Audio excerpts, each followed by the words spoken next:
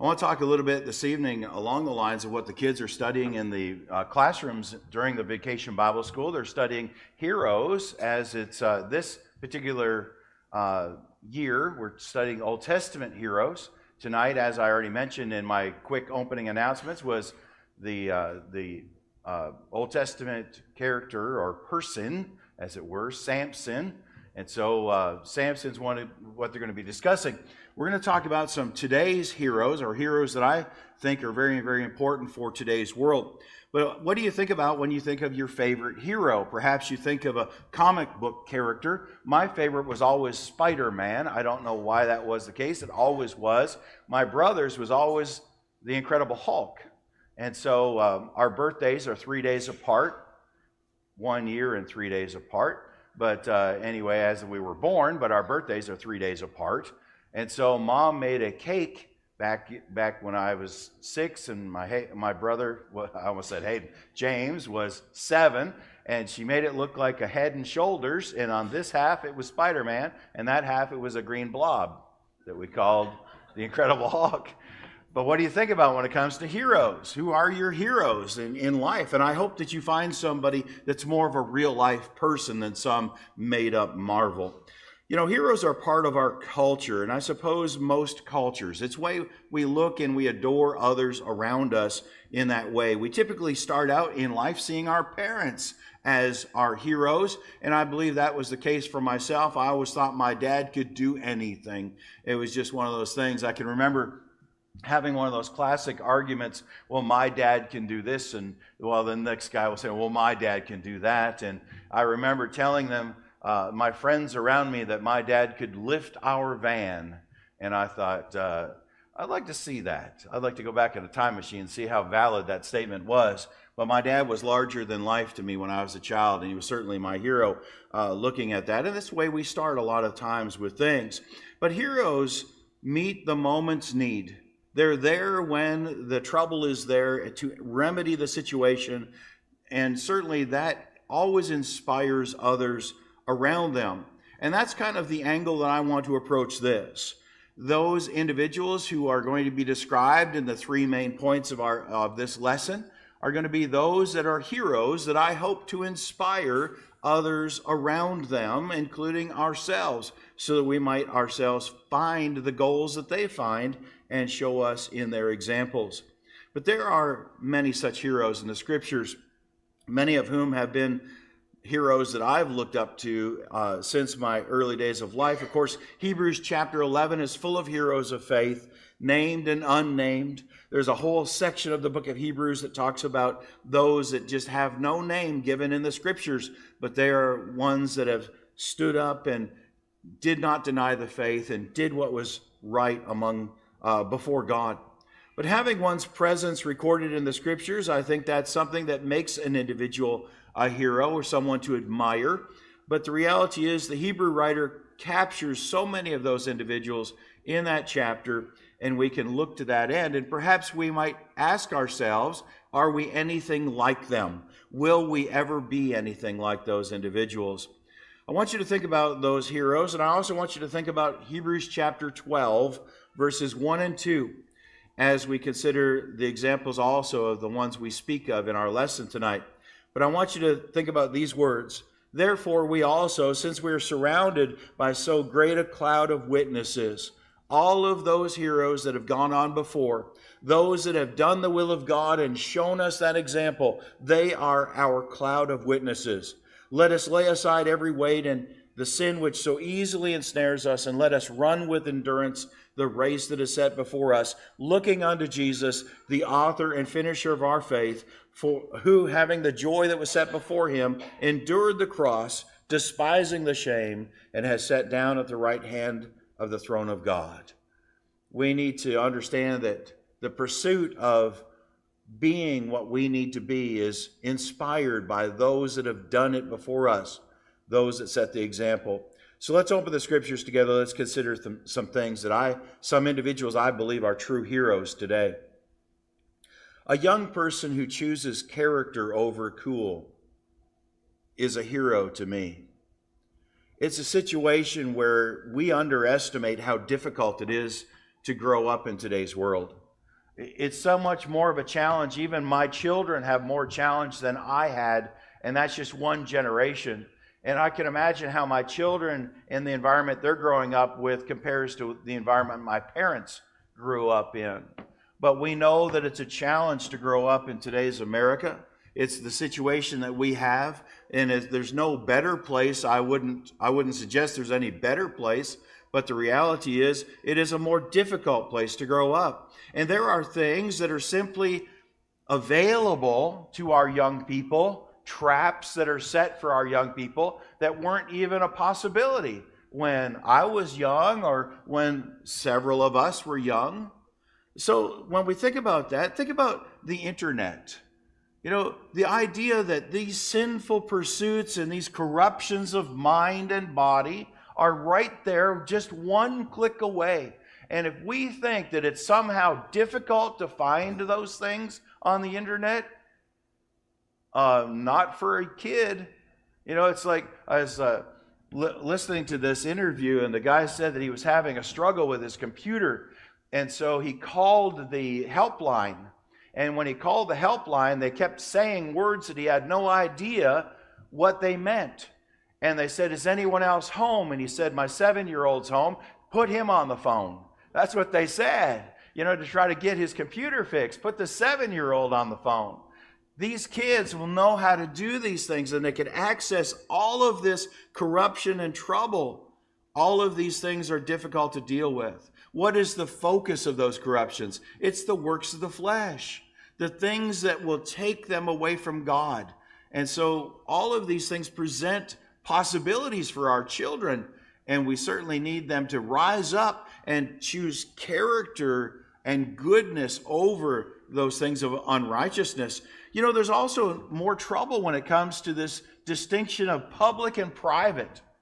Everything anymore is pushed out onto the world stage, where children don't have the private life anymore. They've got to tell everybody everything they ever do, and they've got to ask people's opinion about everything they ever do. And we have lost a sense of privacy. This is not good, because especially when people are being exploited, our young people are being exploited on a daily basis to fall into these particular traps. We need to understand that chaste behavior is a difficult challenge in a world where friends, maybe even family members, are exposing themselves on the internet, on social media, and our children are being pulled into that. We need to be taking care better of that situation. We need to teach our children to rise up and be that hero of character over that which is popular. I really think that constant entertainment is a problem. I believe it's going to bear fruit. I'm not a psychologist, never have been. Not a doctor, never have been. But I'm telling you, people that must be entertained every waking second of their life are not going to be productive adults. And we have a problem with that. We need to have children that are trained in the nurture and admonition of the Lord. Our young children that are trained to stand up and say, "I'm going to do what is good for me, not just what everyone else is doing." And this constant entertainment is a problem. Really think that we have ourselves overloaded and our children overloaded. You know, thinking about those ideas, the world presents a major struggle for our young people, because to please God, you can't just do what everyone else in the world does. So looking around and knowing that this is Vacation Bible School, and you're saying, who is Sean teaching? Because we're all past that stage in our life. All the kids are back there in the classrooms. But you know what? Who is responsible to lead those children, to direct them, to raise them in the nurture and admonition of the Lord, to give them the backbone to choose God over the world, to choose character over cool? That's us. That's us. And we need to be reminded of that. Even if you're at the grandparent stage, you still have influence over your children's children. We need to teach them to be what they need to be, to rise up and be those heroes of the faith that choose God over the world, choose character over cool. What's it mean to be a hero of faith when it comes to this particular category? Well, to prioritize early in life. You know, one of the ways that our children learn to put God first, I'm turning over to Matthew chapter 6.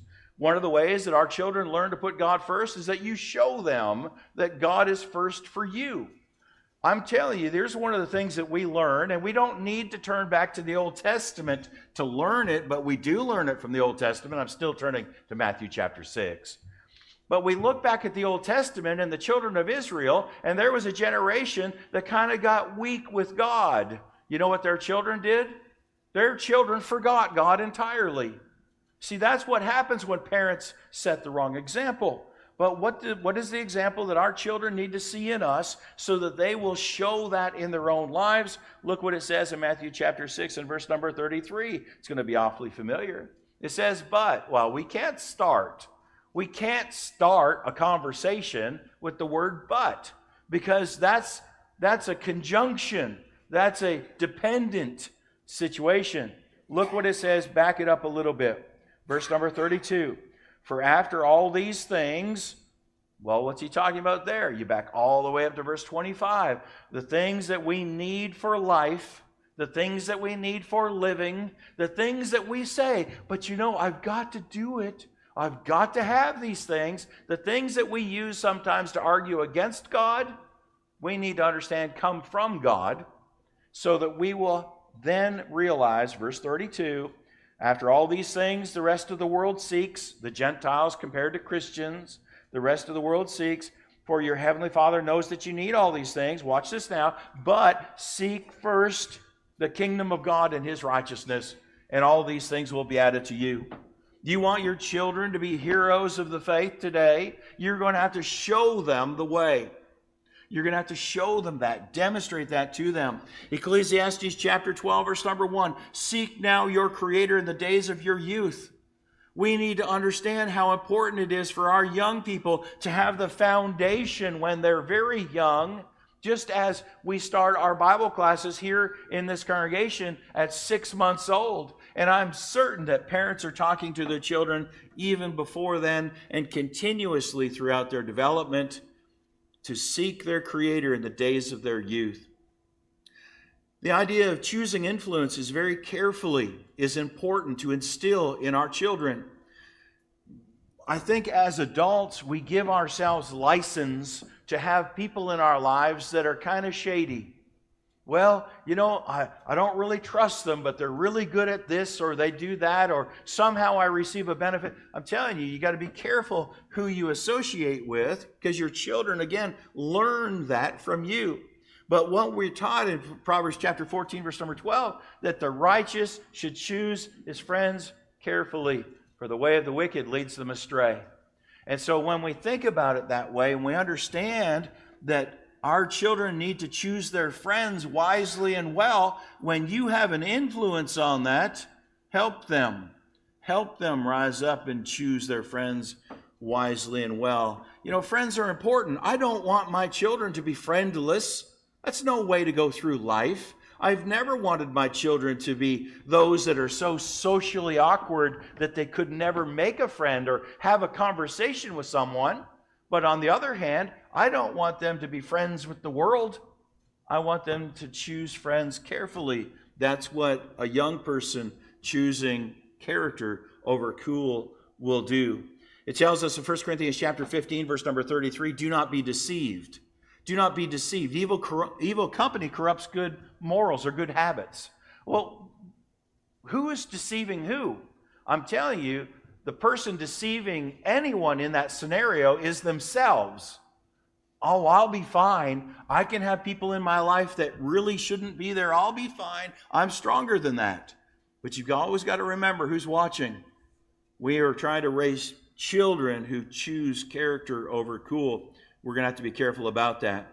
Choose the far greater end result. Did you know that delayed pleasure is a sign of maturity? Did you hear what I said? Delayed pleasure is a sign of maturity. In other words, if you understand that you can enjoy this piece of chocolate cake, but if you do it right now, it's going to add 58 pounds to you. I'm just trying to stay away from anybody's broken diet. But if you sit there and you work at it and you exercise and diet or whatever you need to do to get to that, I don't know, let's say 2-month mark to enjoy that one piece of chocolate cake, then you can enjoy that. What's that take to get from that point of, I really want this cake right now, or if I set this goal, I'll reach it over there? Maturity. So what does it take when it comes to the idea of I can have the world's pleasures right now, or I can have eternal life in heaven one day? That's where this whole stand is so important. Our children are right there at the edge, right there where they could just tumble into the world and all of its illicit pleasures, or choose the pathway to God. And again, going back to their friends and friendship, I'm turning over to 1 Peter chapter 4. I want you to see what it says over there, because there are difficulties not just from the idea that the world in general wants things to happen to our children that should not, but even their own friends, going back to Proverbs 14:12 and 1 Corinthians 15:33. But look what it says in 1 Peter chapter 4. Therefore, since Christ suffered for us in the flesh, arm yourselves also with the same mind, for he who has suffered in the flesh has ceased from sin, that he no longer should live the rest of his time in the flesh for the lusts of men, but for the will of God. For we have spent enough of our past lifetime in doing the will of the Gentiles, or the rest of the world, when we walked in lewdness, lust, drunkenness, revelries, drinking parties, and abominable idolatries. In regard to these, they think it strange that you do not run with them in the same flood of dissipation, speaking evil of you. I hope and trust we don't raise our children in an environment that's described right here, but they're living in a world that's described right here. And someone's going to be in their life trying to get them to fall into this flood of dissipation. The biggest problem with that is, I never want any harm to come to my children. I never want any harm to come to my children, including I don't want my children separated from God for all eternity. And so there's a lot of times where I'm just going to hope and pray for a pass for my kids, right? No, that's not how that works. I'm going to teach them to stand strong, to stand up against the wiles. And I'm going to tell you something. There's some folks that are certainly good and strong Christians today, but they went through the mill and they went through the swamp and all of the nonsense that happens in the world, but they did survive and they found their way back. And every once in a while, one of those individuals, even though they're doing really good right now, they're so cynical about everybody has to go out there and sin that they will try to tell me, well, your kids are going to do it anyway. I'm telling you, you do God's will. You teach your children God's will. They will choose character over cool. We need to understand you don't have to sin. What happens when we fall into sin? Well, if we fall into sin and we don't find our way back, look at verse number 5. For this reason, don't mind me, I skipped ahead one verse. They will give an account. They will give an account to him who is ready to judge the living and the dead. They're going to stand before God and they're going to answer for it. So this idea that our young people need to go out there and experience life, and yes, they're going to mess up, and yes, they're going to sin, just make sure they're protected in it. No. No. What if in a moment they're taken from us? What if in a moment their life comes to an end and they have not chosen character over cool, and we've helped them make that decision? They're going to stand before God, who's ready to judge the living and the dead. The world is not going to be accepted in the end. The world is not going to parade its way on through into the pearly gates. We must not be standing with them in that day. Our children must not be standing with them in that day. So commit yourself to the counsel of God. Psalm 1:1-6, and choose character over cool. Let's get to the second point. I'm certainly going to be hearing bells before I get this lesson done. I really think today's hero is one who obeys truth over tradition. And I want us to understand how difficult this is, because we live in an area of our country that is steeped in tradition. You know, I would say that the entire country is that way, but it's not exactly true. But we have an area that is steeped in tradition, and especially here, because I know some families that are at 4 generations right here in this county. 4 generations. And that means there's a lot of family tradition going on. But it's not just family tradition of, having breakfast at Mima's house on Saturday morning or something. That's not what I'm talking about. There's nothing wrong with those things. I'm talking about when your family tradition takes you away from God.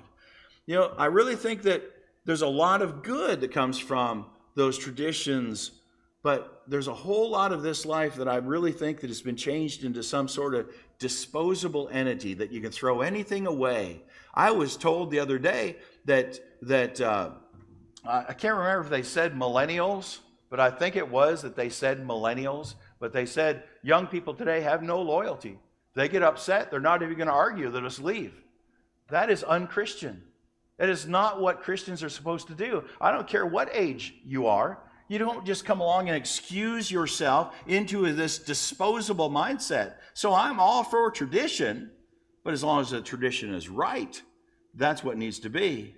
There's a whole lot of individuals whose basis of faith is only their family tradition. And I'm going to tell you something. If your only belief in God is because your mom believed in God and your grandma believed in God, and you're here at the Lord's church, it's still not right. You need to believe in God because you believe in God. You cannot get anywhere on someone else's coattails.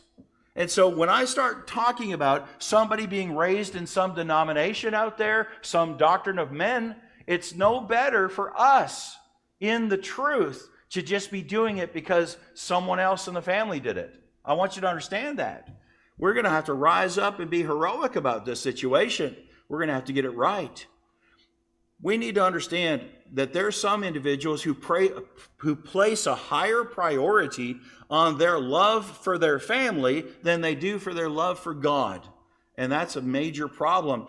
Souls require to search out and know the truth. Just like the Bereans in Acts chapter 17, verse number 11, they searched the scriptures daily to see whether the things being taught were right, were true.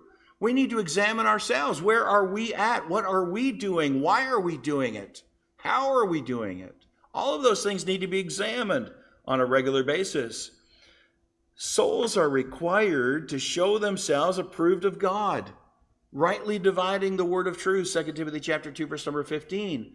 That's how we can know the truth over just some vain and empty tradition. So often traditions commit us to men's doctrines. Well, this is what grandma did. This is what mama did. This is what I'm going to do. I've run into folks and they have flat said, and they quote some family member, if my is wrong, then I'll just be wrong with them. That is total confusion. That's not sane thinking or reasonable thinking. We need to understand that. But be a hero of faith when it comes to choosing truth over tradition. Focus on the importance of right over upholding family tradition. To be right before God. Matthew chapter 10, verses 34 to 39, Jesus said that the truth can divide families. That it can set you against your father or set you against your mother. And it even involves in that context in-laws. Individual stands up for the truth and all of a sudden all the in-laws are treating them like the plague. But the truth can do that. It can split families. But one who obeys the truth over traditions, that's the hero in all of this. The Apostle Paul is a living example, and I want you to understand that. I know people personally that for generations, as far back as they are aware, they were in a denomination. They were following after a denomination. Their ancestors lived and died following that denomination, and now they are not part of that. I want you to know that you're not the only one that's ever met that challenge, but it's good that you have. But Paul was a prime example of that. The Apostle Paul, He valued truth over family tradition. And when it comes to family tradition, no one had a longer tradition in his family than Paul, as far as our examples go, becoming a Christian. Did you know that Paul could trace his family back for 2,000 years? 2,000 years they were Jews, following the Jewish faith, following the law of Moses as a Pharisee. 2,000 years. Nobody can top that in this room. But Paul then discovered the truth of God, and he chose the truth of God over a 2,000-year tradition. Paul speaks of his long heritage in Philippians chapter 3, verses 4, 5, and 6. He said he was zealous, faithful, and committed to his belief. Zealous, faithful, and committed to his belief. But then Paul tells us in verses 7 through 11 that he gained salvation by rejecting his family's tradition to obey the truth of God. So be a hero of faith and know the truth. John chapter 8, verses 31 and 32, abide in the word of Christ and you will know the truth. But we also need to share it. Romans chapter 1, verse number 16. Once you obey the gospel, don't ever be ashamed of the gospel. It's the power of God to salvation. Who knows if you are the answer to all of those generational prayers? I have a firm belief, I have to believe this with all my heart, that people involved in denominations still want to please God. They just haven't got it figured out yet. And if they're praying to please God, maybe you're the answer to the prayers. Your family needs the truth as much as you do. So talk to them about it. Bring that assurance of faith and truth to the mix. Let's get to the last point. One who stays faithful to the Lord all the way to the end. This is what's going to get us. This is what we're talking about. You know, the reality is the majority of us in this room are Christians. We have either come away from a false doctrine to the truth, or we have been raised in the environment and we have accepted it on our own for our own faith, and here we are. But the reality is between now and eternity may be a long time. It may be a long time. But one who is a hero is one like the Apostle Paul, who said at the end of his life, I have run the race. I've finished the course. You know, he's continued in the faith. That's what Paul did in this life. But let's get back to us. Life is a series of challenges. It just is. Anyone who said life is easy had no idea what life is all about. We need to understand how difficult it can be. You know, so many of life's challenges come from the fact that we're mortal. We're not supposed to be here forever, and our bodies are not designed to be here forever. We can be tempted against God because we're mortal. We can lose our health, and that can challenge us. We can find ourselves on the difficult side of two things that happen to everyone. It's not death and taxes, it's time and chance. Time and chance happen to everyone. Ecclesiastes chapter 9, verse number 11. I think it's rather an ironic coincidence that it's Ecclesiastes 9:1:1 when it comes to time and chance happening to us all. But nonetheless, let's move from that. Some challenges result from the cares of the world getting out of bounds. When we let the cares of the world take a bigger place in our life than they should, it chokes us out. It starts taking us away, like the thorns in the parable of the sower. We can begin to confuse our priorities at any point in life. All of a sudden, something becomes more important than it should, and we're not attending like we should. We get distracted by life. All of these things can happen to us, and we can allow this material world to become our highest focus. How many people have rushed out to improve their lives and maybe found a different job or a better job because all of a sudden they realized, hey, I've got to retire in the next 20 years. And so they get a job that takes them away from church attendance, takes them away from their family obligation, takes them away from everything except the dollar sign. Well, I'm telling you, that's not the way to live. But these things take people away from the Lord. And we need to be careful. We need to step up and be the hero who stays faithful all the way to the end. We must be careful not to become weary while doing good. Galatians chapter 6, verse number 9. So what's it take to be that hero of faith? walk the narrow way and stay on the narrow way. That's what it takes. Determined to do God's will each and every moment of your life. Follow the steps of Jesus. They're laid out before us. 1 Peter chapter 2, 21 to 23. Remain with him all of the way. We can do this. I want you to understand something. I know I don't have time to go on about this, but I'm going to just for a moment. God knows what every one of us are capable of. God has given us expectations. Even if you don't believe you can do it, if God says do it, you can do it. You need to know that.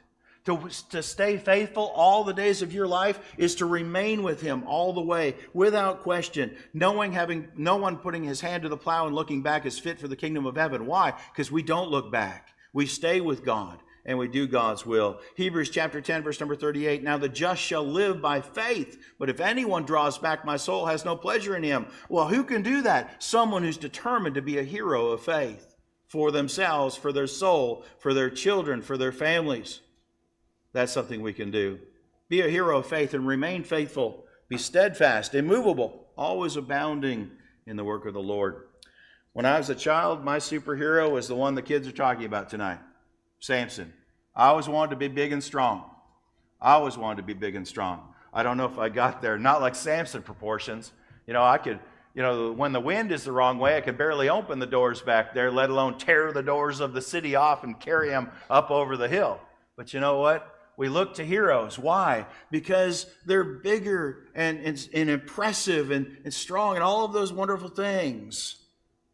When we think about heroic proportions, I really think that we need to kind of get our minds back closer to home and realize those individuals that we call our brethren need to be our heroes, those who make tough choices for the sake of right, those who stay the course, making corrections when they stumble, and those who demonstrate what it takes to seek the hope of heaven every moment of life. It's not easy to focus on God over all the world's distractions, but many have, and many more will, including you and I. That's something we must do in this life. The moment of this life, they're few, but we need to rise up and meet them with a determination to be heroes of faith. It's within your reach to be that individual. Don't take a back seat to this. We can achieve all that's laid out before us according to the will of God. Appreciate your attention. That bell's going to ring just like that. Pretty good timing.